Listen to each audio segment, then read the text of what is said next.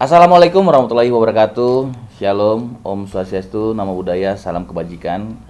Salam leadership kami dari Pokjar 14, Resimen Polri Dikrek Angkatan 63.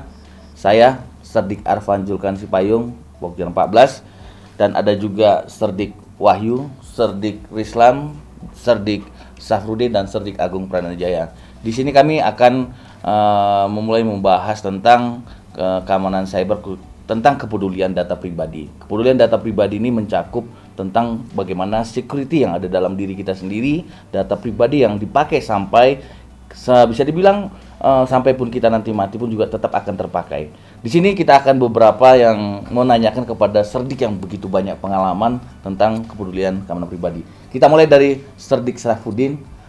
Selamat siang Serdik Safrudin. Saya ingin menanyakan bagaimana tentang apa sih data tentang kepedulian data pribadi tersebut. Baik, terima kasih. Jadi kepedulian itu kan tentang keamanan pribadi seseorang. Satu hal yang perlu kita tahu adalah keamanan itu berbanding terbalik dengan kenyamanan. Ketika kita nyaman ya pasti tidak akan aman, tapi ketika kita aman pasti tidak akan nyaman. Contoh ketika kita menggunakan HP. HP ini ketika kita tidak dikasih password, tidak dikasih kunci, maka kita makainya pun akan nyaman, enak. Begitu ambil, buka, kemudian langsung bisa kita pakai. Tetapi apabila kita pasang kunci, kita memakainya pun tidak nyaman karena kita harus buka kunci segala macam, tapi kita aman. Nah, keamanan hal seperti inilah itu yang akan kita bahas di sini. Contoh, kemajuan teknologi saat ini. Kemarin kita dipaksa ketika masalah pandemi. Ketika terjadi pandemi, kita dipaksa habis-habisan untuk sadar teknologi dan melek teknologi. Orang secara tidak sengaja dia mengirimkan datanya kemana-mana. Contoh, mungkin kita biasa ya, kita lewat protokol ya, protokol bandara atau protokol manapun juga. Pak, kirim KTP Pak. Satu. Terus kemudian kita tolong dong kirimkan kakakmu, itu dua. Nah, hal itu yang akan kita bahas, itu salah satunya. Oke, terima kasih untuk tadi disampaikan. Tapi saya mau nanyakan tadi tentang ini kan pengalaman dari Serdik Muhammad Syafruddin Suri tentang bagaimana sih tujuan pengamanan data pribadi tersebut. Jadi serangan cyber itu ada nggak tujuannya? Kalau tujuan secara eksplisit jelas. Yang pasti untuk melindungi data pribadi diri kita. Contoh, ketika data kita tersebar kemana-mana, pasti yang akan kita lakukan pertama, pasti akan terjadi saat ini tiba-tiba nomor kita ditelepon sama orang lain. Kita tidak pernah menyebarkan nomor itu. Kemudian selain itu juga, ketika data pribadi kita sudah kemana-mana, maka semua orang pun akan mengakses. Jadi gini, di dalam dunia cyber itu ada yang namanya legal access dan illegal access. Legal access itu diakses bisa melalui OSINT, Open Source Intelligence. Illegal access itu bisa diakses melalui berbagai macam hal. Contoh, social engineering. Nah, di dalam social engineering sendiri pun itu ada banyak. Ada namanya phishing, tailgating, dan lain-lain.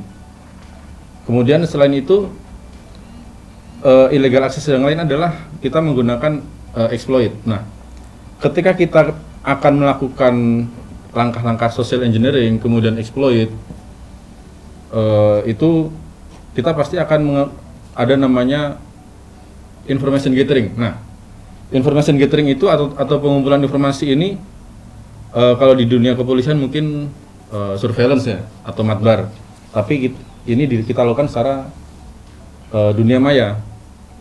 Jadi karena OSINT, open source, itu adalah data yang sudah legal. Kita bisa mengakses semuanya data itu. Contoh, kita mengakses data Serdik Agung. Kita cari saja Agung Pranajaya di Google. Nah, dari pencarian di Google tersebut itu kita bisa menggunakan bermacam cara. Contoh, kita menggunakan transparan Agung Pranajaya tanpa ada caption atau teks apapun.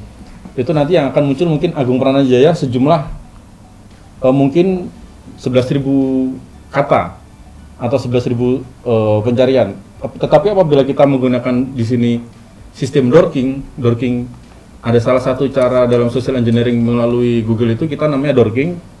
Itu mungkin dikasih tanda lustrup di atas. Lustrup itu 2 titik di atas. Itu mungkin yang muncul hanya mungkin 10, jadi lebih mempersempit. Itu satu. Nanti di situ akan muncul banyak dari segi sosial media, terus macam-macam yang sudah pernah kita upload.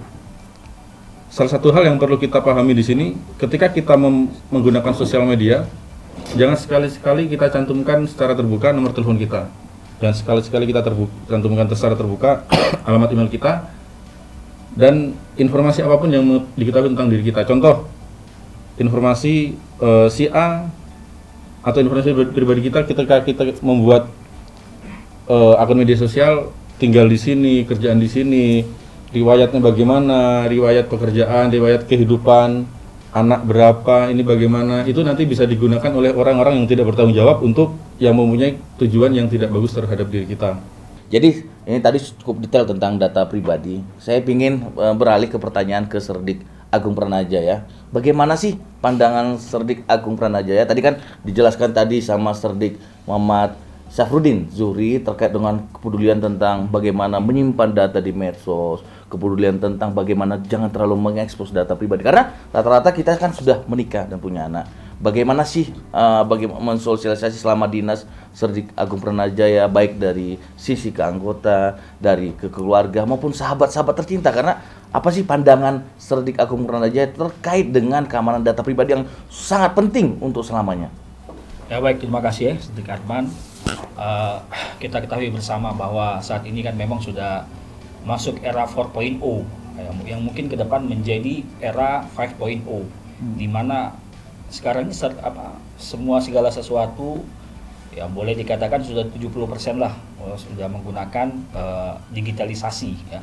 Semua ya terkait seperti bisnis, kita belanja online. Jadi dalam diri kita termasuk juga saat ini ya, saat ini kita lihat masyarakat sudah sangat eksis sekali dengan yang namanya menggunakan teknologi IT. Memang di satu sisi banyak keuntungan, tapi juga ada kekurangan yang kita lihat dari segi kejahatan sangat jelas dampaknya. Kalau dari segi kelebihannya, sekarang serba mudah ya, akses informasi itu begitu mudah, kita tahu ya. Dulu mungkin kita se-Indonesia, Nusantara ini kalau ada informasi mungkin masih agak susah kita dapatkan. Saat ini dengan teknologi yang ada, jangankan hanya Indonesia ya, luar negeri pun kita tahu apa yang terjadi di Ukraina sekarang ya kan, di Rusia sekarang, di Amerika, di Jepang, kita tahu semua tuh ya, dalam waktu singkat kita tahu. Cuman di satu sisi dengan kelebihan-kelebihannya ada kekurangan yang tentunya sangat bahaya buat kita semua, yaitu kejahatan cybercrime ya kan. Jadi banyak sekali nih kejahatannya ya, seperti penipuan online ya kan, penyusupan akun, ada peretasan, ada carding, phishing, macam-macam tuh ya kan. Tiba-tiba nanti orang tak dikenal pakai akun kita, nama kita, kesana kemari, penipuan ya kan. Tiba-tiba nanti, oh ini dari siapa? Oh ternyata ada yang meretas akun kita ya kan. Tiba-tiba saldo kita habis tuh, ternyata ada kejahatan carding ya kan. Tiba-tiba nomor email di visa kartu kita udah diambil, belanja sembarang, saldo sudah kosong. Kalau kita telusuri, terkadang ya memang hacker ini di satu sisi memang dia kesalahan jelas, tapi di satu sisi juga terkadang human error kita itu tidak sadar kalau kita itu salah nih, iya kan? Kita itu salah. Kenapa? Karena ketidaktahuan kita, ketidaksadaran kita bahwa ternyata ada orang yang sudah ini yang meretas akun-akun kita, ya kan?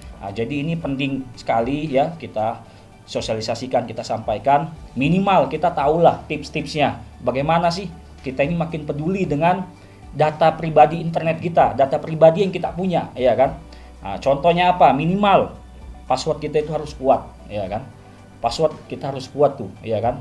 Jangan hanya kadang-kadang kita ini password mungkin gampang diingat saja 1 2 3 4 5 6 ya kan, harus kuat tuh ya kan, dengan simbol, dengan gambar ya kan, harus kuat. Bila perlu pakai autentifikasi 2 langkah, udah password kebuka ada password lagi, itu makin kuat ya kan. Terus apa lagi tips-tipsnya?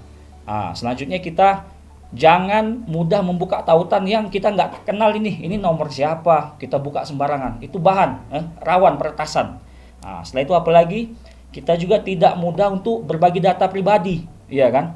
Kadang kita mungkin kenal sama siapa, oh ini email saya, ini passwordnya. Jangan terlalu mudah untuk berbagi password atau data pribadi kita sembarangan. Nah, tips lainnya apalagi gunakan software yang kita punya itu harus yang legal. Ya kadang kita mau murah pakai software yang ilegal, ini rawan ya. Ini rawan sekali nih di tas kita. Jadi harus pakai yang memang legal, yang ada lisensinya tiap tahun, tiap bulan update. Itu untuk menjaga proteksi daripada data kita. Yang terakhir, kita jangan menggunakan wifi sembarangan nih, ya kan? Kadang-kadang ini teman-teman, mungkin teman-teman adik-adik sekolah SMA lihat wifi, wah ada wifi nih, main buka. Jangan sembarangan ya, kita lihat dulu resmi atau enggak. Minimal SSID-nya itu harus legal, resmi. Oh punya siapa? Kalau kita di bandara kan jelas tuh. Soekarno-Hatta, internet, jelas, boleh masuk ya kan. Atau mungkin kalau kita sekarang lagi di Sespimen ini ada Sespimen 2023 jelas. Tapi kalau ada kita lihat wifi sembarangan, kalau bisa dihindari. Ini beberapa tips dari saudara Seri Advan, mungkin dari teman-teman yang lain bisa memberikan tambahan. Terima kasih. Luar biasa dari masukan dari Serdik Agung Pranajaya, karena memang ini tips yang luar biasa bagi rekan-rekan pemirsa. Luar biasa pengalaman Serdik Agung Pranajaya. Jadi mungkin dari Serdik Wahyu bisa menanyakan ke narasumber kita, jadi biar lebih matang. Terima kasih kami Baik, terima kasih Serdik Arfan. Tadi sudah disampaikan juga beberapa hal oleh Serdik Syarifuddin dan Serdik Agung secara luas dan secara garis besar. Nah, untuk kepada pemirsa, kita kembali sekarang kepada kehidupan bermasyarakat berkeluarga. Bisa kita ketahui sekarang bahwa mungkin nanti bagaimana tipsnya dari Serdik Rislam, bahwa kita sekarang kan dalam keluarga ada istri, ada anak. Kadang anak-anak saja SD sudah menggunakan alat komunikasi berupa handphone dan dia bermain media sosial. Kemudian tadi sudah disampaikan agar tidak mengekspos hal-hal pribadi di media sosial. Nah ini bagaimana? Karena kita melihat kadang di masyarakat itu dalam satu keluarga sendiri kadang orang tua lalai, ya kan? Lalai kepada anaknya untuk bermain media sosial tanpa memperhatikan, tanpa mengawasi, kemudian tanpa melihat apa saja sih yang diposting oleh anak-anaknya itu. Mungkin kalau orang-orang tua semua bisa, ya kan, bisa sadar bahwa ini hal yang bahaya. Bahkan kadang banyak juga orang tua yang menjadi korban, ya kan, korban karena ketidaktahuannya, lalainya dalam menggunakan media sosial. Nah ini untuk terhadap anak-anak, terutama sekarang kan banyak sekali anak-anak sekolah dasar, sekolah menengah dan sekolah menengah pertama, kemudian SLTA kayak gitu. Itu banyak sekali menggunakan media sosial, dan kadang kita melihat, kalau jujur kita akui, kalau kita melihat di media sosial ini mereka dengan mudahnya mengumbar hal-hal yang pribadi tentang yang bersangkutan. Begitu. Nah ini mungkin kepada Serdik Rislam, dibantu mungkin Serdik Syarifuddin, Serdik Agung, ini bagaimana mencegah di dalam lingkup kecil dulu dalam keluarga terhadap anak-anak. Karena dengan anak itu sudah waspada, dia sudah aware, peduli terhadap menggunakan media sosial, dia pasti akan memberitahukan kepada teman-temannya, sehingga dengan pemberitahuan kepada teman-temannya semuanya memahami bahwa dalam menggunakan media sosial itu kita harus sangat hati-hati. Baik, Serdik Wahyu. Wah, ini kebetulan yang ditanyakan ini pengalaman pribadi saya ini. Saya punya 3 anak kebetulan, Bang Wahyu.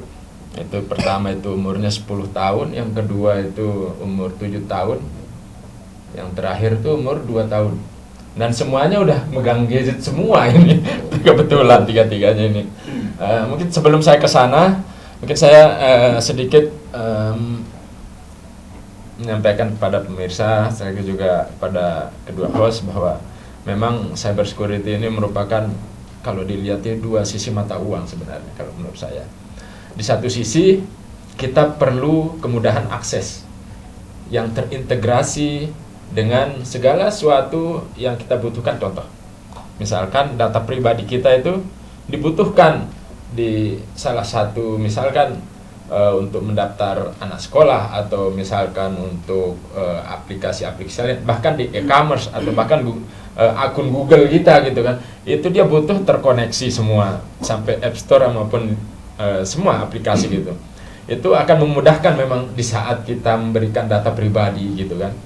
Tapi di satu sisi itu juga bisa menjadi bumerang bagi kita kalau kita tidak hati-hati yang seperti yang disampaikan tadi Serdi Saripudin dan Hadik Agung, tambahkan juga dengan dari kedua host itu tadi, bahwa itu bisa menjadi bumerang bagi diri kita sendiri kalau kita tidak aware terhadap itu gitu. Lebih luasnya lagi, itu sangat dibutuhkan juga bagi khususnya kita di lingkup kepolisian, bahwa membutuhkan data-data pribadi masyarakat dalam hal positif, tentunya dalam hal kepentingan penyidikan maupun penyelidikan. Tetapi satu sisi juga bisa menjadi bumerang di saat pelaku kejahatan tahu akan data pribadi kita, gitu kan. Makanya ini dua sisi mata uang yang memang kita harus aware di sana.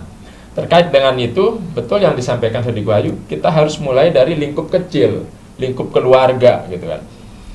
Tentunya mungkin ini sedikit pesan pada pemirsa, bahwa kita sebagai orang tua yang sehari-hari tentunya mendampingi anak, gitu kan, di saat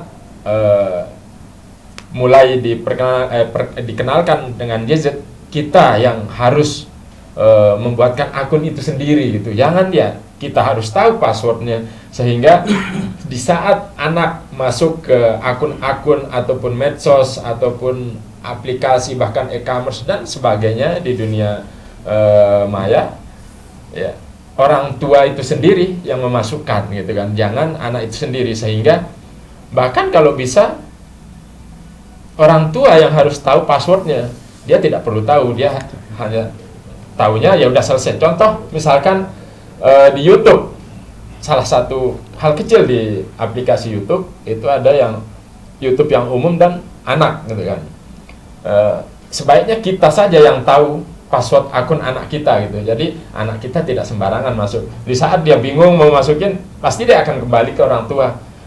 Ya, Pak, Bun, ini kok nggak bisa masuk? Nah, kita yang tahu, oh ini aman nggak untuk anak kita, gitu kan. Aman ini kah? Kalau misalkan masuk seperti di game-game juga kan banyak itu, meskipun game, ya game dewasa pun ada, gitu kan. Kalau dia sembarangan masuk nanti kan tidak baik terhadap perkembangan anak itu sendiri. Ya. Itu yang dimasukkan tadi Hadik Wahyu, sangat bagus sekali pertanyaannya, sehingga saya pun melakukan hal itu di rumah, gitu. Password anak saya, akunnya itu tiga-tiganya saya dan istri yang tahu, sehingga dia tidak sembarangan masuk. Dari hal lingkup kecil itu kita bisa membatasi, memprotek di keluarga kita, sehingga nanti lebih luasnya lagi kita bisa lebih aware, lebih security lagi terhadap hal-hal yang berkaitan dengan dunia maya atau medsos atau apapun itu yang terkaitan dengan data pribadi. Jadi itu saja yang bisa kami sampaikan kepada pemirsa tentang tema kita pada hari ini, tentang keamanan data pribadi. Kami mohon kepada seluruh pemirsa agar apa yang tadi disampaikan narasumber yang luar biasa, mudah-mudahan dapat dimengerti, dicerna, dan dapat disosialisasi ke keluarga kecil dulu, ke teman, sahabat, maupun ke khalayak ramai juga. Karena narasumbernya pengalamannya luar biasa, yang sangat mendetail untuk menjelaskan. Terima kasih, kami akhiri untuk podcast hari ini. Baik, kami dari Pokjar 14 di Krek Sespimen Angkatan 63 mohon undur pamit. Sampai jumpa di lain kesempatan. Salam leadership.